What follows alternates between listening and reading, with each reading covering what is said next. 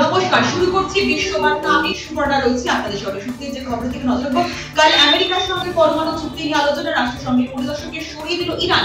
লিখিত চুক্তি নয়, আগে জানিয়েছিল আয়াতুল্লাহ খোমেনি। ব্রিটেন, চীন, রাশিয়া, জার্মানির সঙ্গে নতুন চুক্তির সম্ভাবনা। বাদ পড়বে আমেরিকা। 10 বছর পর পরমাণু চুক্তি।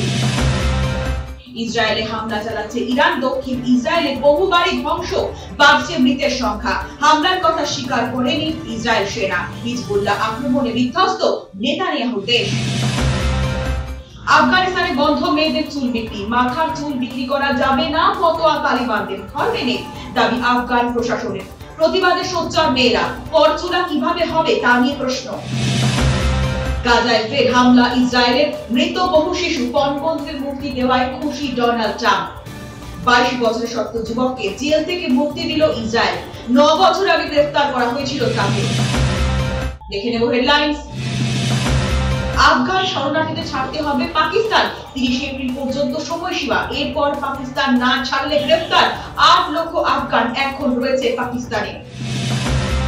আমেরিকার কর বৃদ্ধি। চীনের উপর 145% কর বসালেন ট্রাম্প।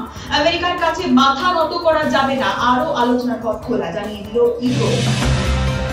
প্যালেস্টাইনকে দেশের মর্যাদা ফেরানো হবে, জুনে আলোচনা। ফ্রান্সকে ধন্যবাদ জানালো হামাস। আমেরিকাকে নিয়ে আলোচনায় বসার সম্ভাবনা রাষ্ট্রসংঘে।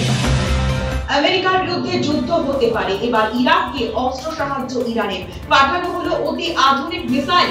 মধ্যপ্রাচ্যে বিশেষ সতর্কতা। আজও হাউথিরা হামলা চালালো আমেরিকার সেনার উপর।